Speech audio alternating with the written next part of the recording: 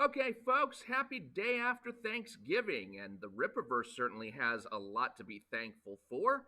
For one thing, they've reached $1 million on their sale of Alphacore #1, and moreover, they've reached 10,000 total individual purchasers. So, congratulations to the Rippaverse on these two milestones, one of which milestones unlocked the Rippaverse Studios t shirt.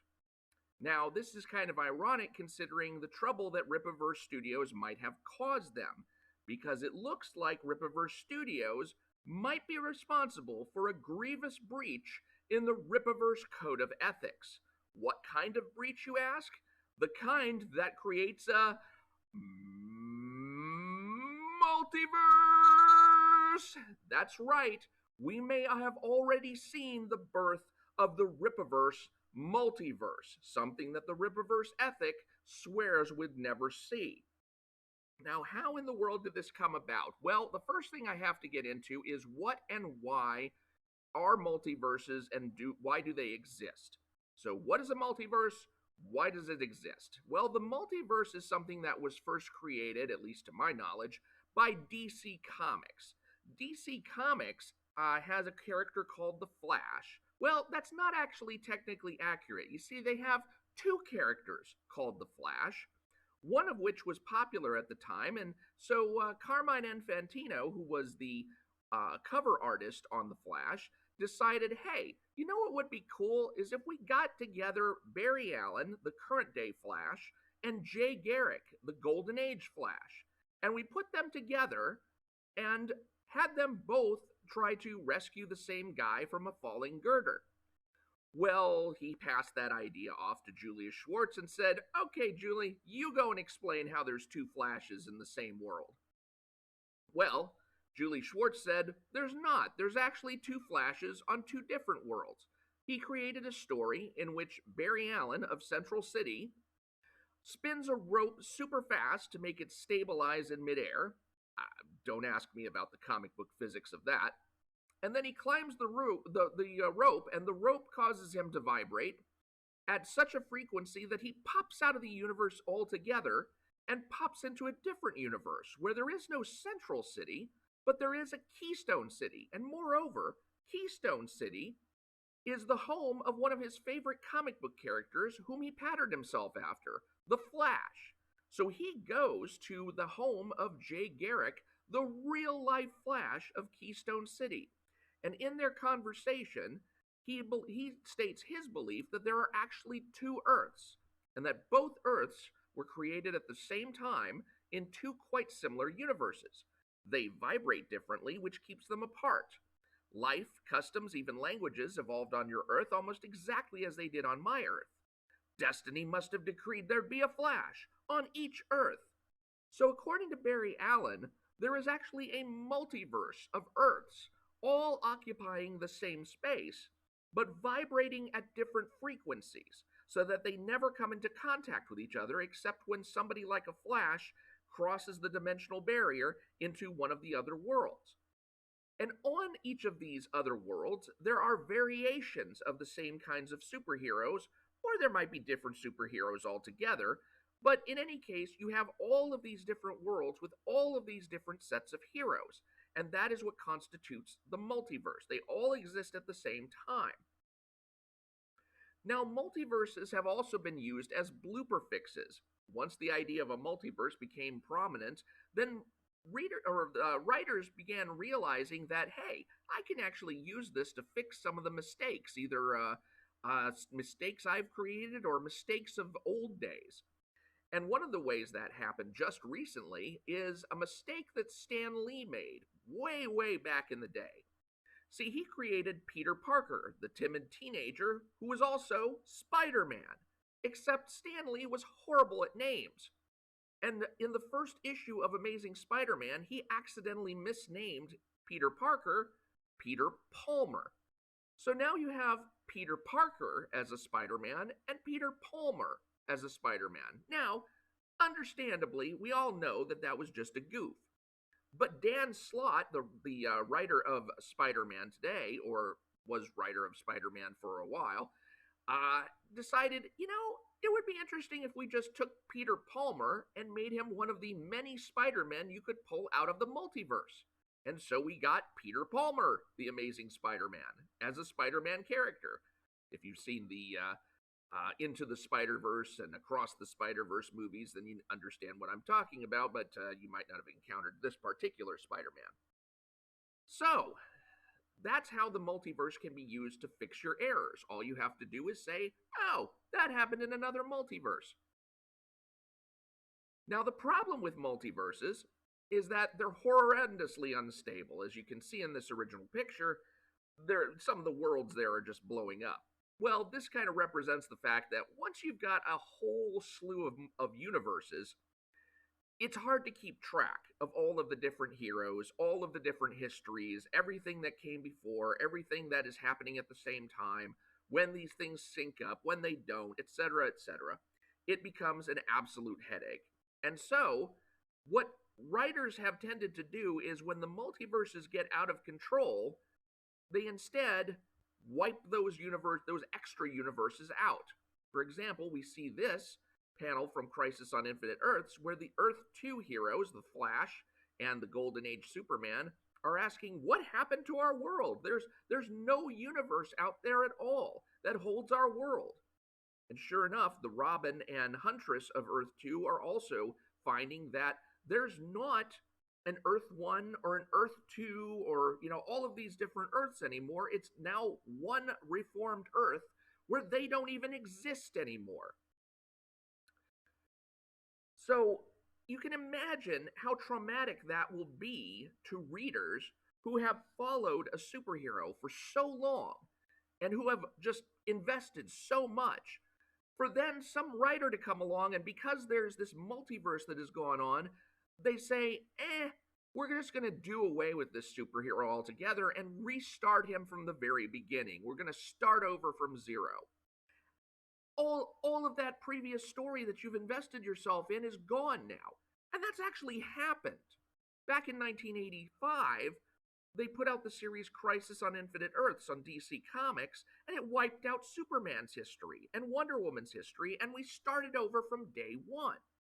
So I actually got rid of many of my pre-1985 comics. In fact, if you go to some comic shops, they'll actually have a distinction between pre-1985 comics and post-1985 comics, all on account of this.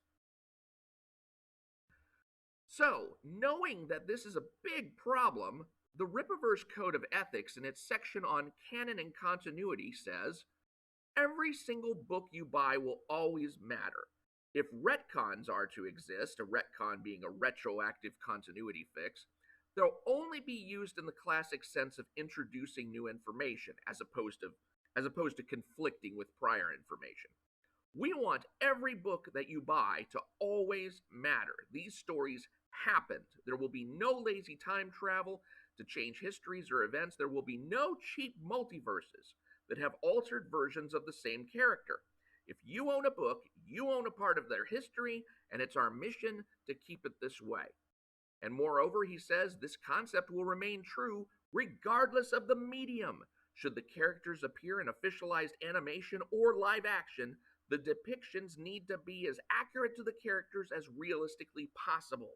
Your favorite characters will always be recognizable, and that addresses the fact that if you go to the Marvel movies, for example, there's not really a one-to-one correspondence between what you see on the big screen and what you see in the comic books. There's a lot of stuff that's gone on in the comic books that is not reflected in the big screen, and there's things where they just decided, we're just not going to do it the same way as we did it in the comics. So Rippaverse Code of Ethics says it doesn't matter what the medium is, it's supposed to be the same no matter what.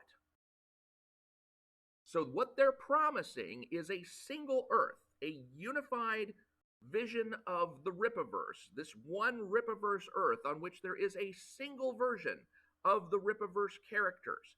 And you just have this one particular set of characters. You're not going to have multiversal versions of them that have slightly different origins or slightly different settings, and you're not going to have the vampire Rippaverse, and you're not going to have the underwater Rippaverse. You're not going to have all of these different kinds of variations that could possibly be put out there.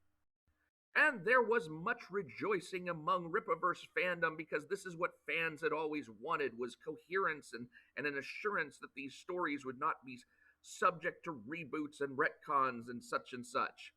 And then we get the Isom #2 official trailer, which, by the way, was kick-ass. I thought this trailer seriously kicked ass in marketing the Isom #2 comic book.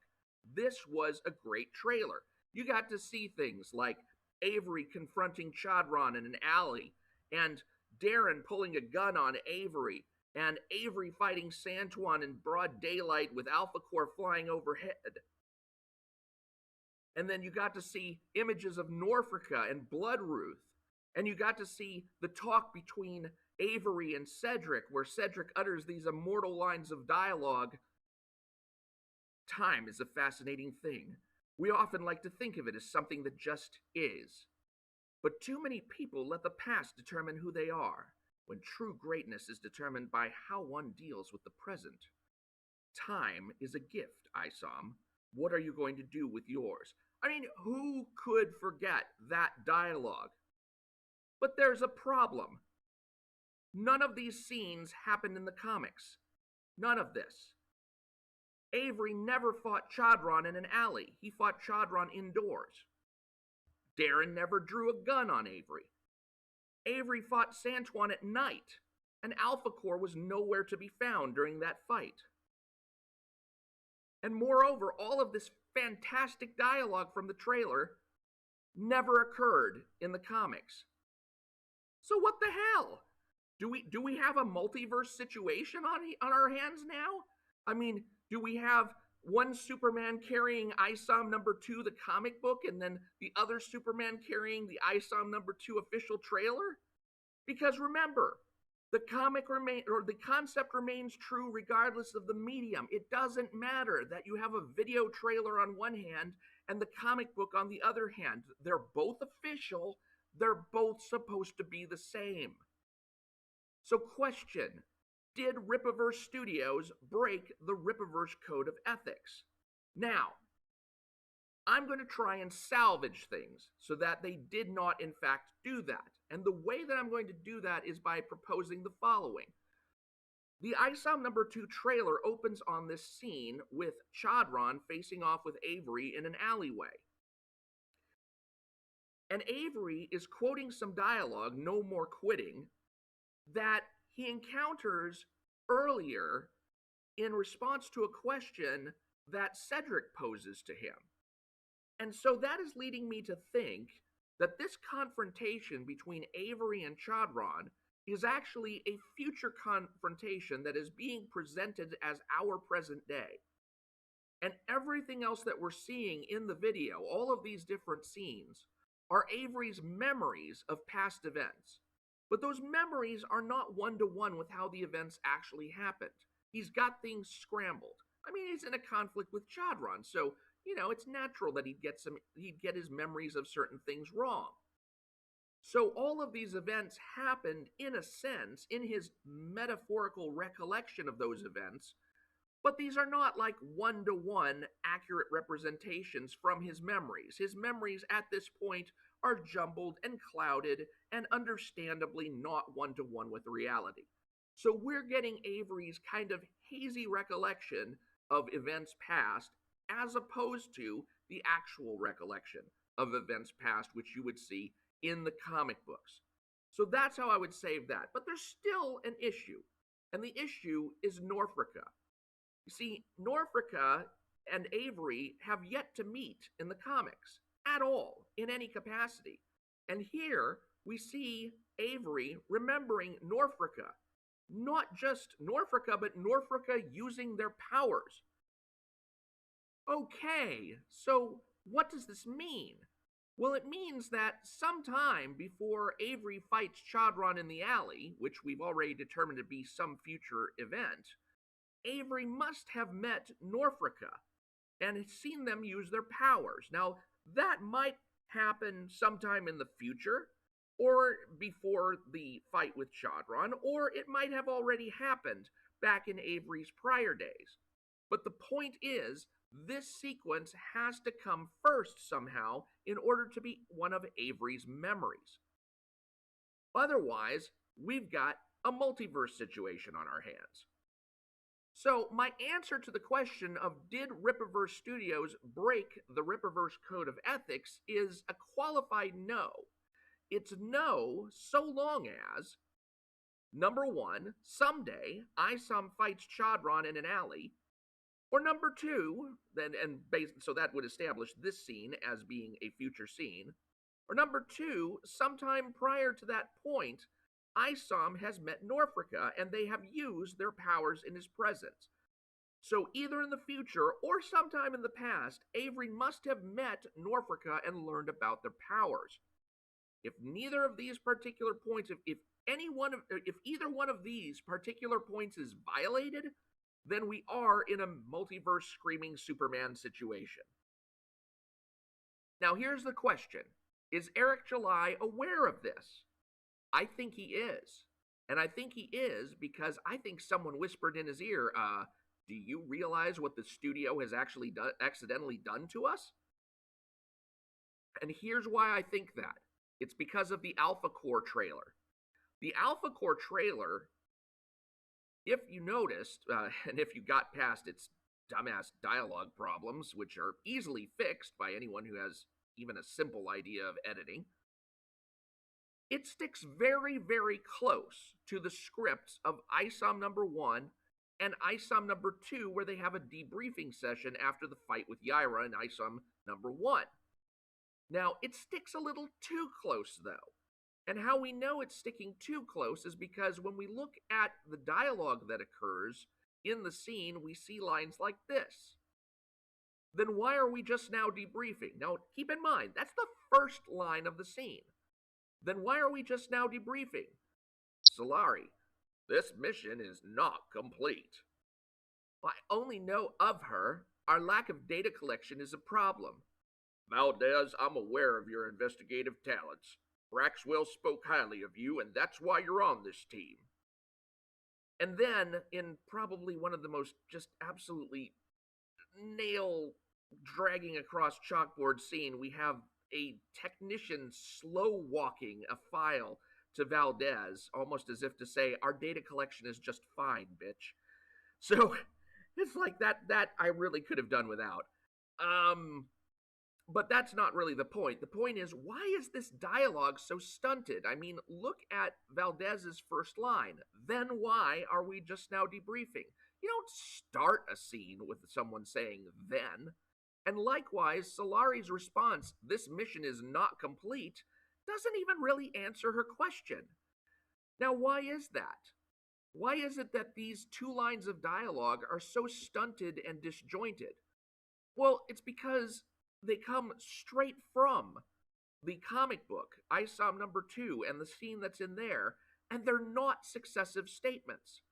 There's a statement left out of the middle that would have made this all make sense, where Valdez says, we generally address the mission right after completion. So not only are they not starting with the beginning dialogue of the scene from the comic, they're leaving out lines. And they're leaving out lines to a grand degree. I mean, look at the second and third line.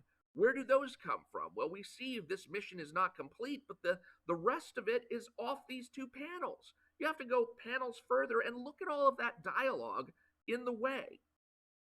It's just ridiculous how much dialogue is being left out that makes this whole clump of dialogue that they put in the video make little to no sense.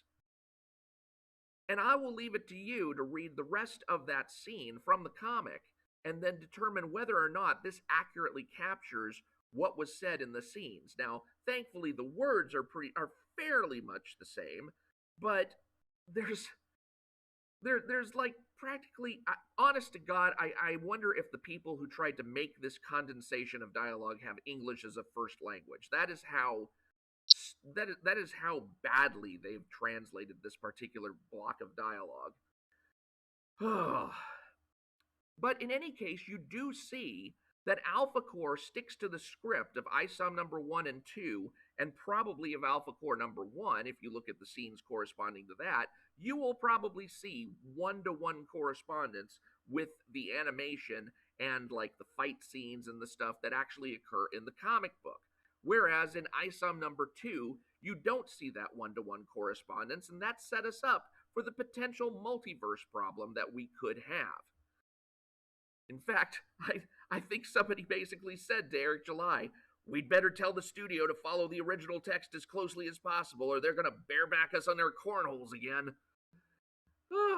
So, the question to recap, did Rippaverse Studios break the Rippaverse Code of Ethics? I'm going to give it a qualified no, so long as, number one, someday Isom fights Chodron in an alley, and number two, sometime prior to that point, Isom has met Norfrika and they have used their powers in his presence. And that could be a future event prior to the Chodron fight in the alley, or it could be, an event all the way back in Isom's past experience. Either way. But those have to happen, or else we are in a screaming Superman multiverse situation, and the Rippaverse Code of Ethics has completely gone out the window. Thank you for watching this video. I appreciate your time, as always, and I definitely appreciate the super chats from the last live stream that I did just yesterday. I was really stunned and overwhelmed at the fact that somebody actually thought that my commentary was worth paying for. Thank you so much, and I hope to do more live streams in the future. It's not something that I have a lot of time for, but I'll try and chip in now and then. I do have a lot of comics now in that I need to review. Ethan Van Sciver's Cyberfrog Wreck Planet has arrived, and honestly, by the time I get done with that, I expect Alphacore #1 to have arrived. So there's going to be a lot of reviewing going on in the next few weeks, and I hope that you'll stay along for the ride. Please do subscribe so that you will be notified of my future videos, and I will talk to you later.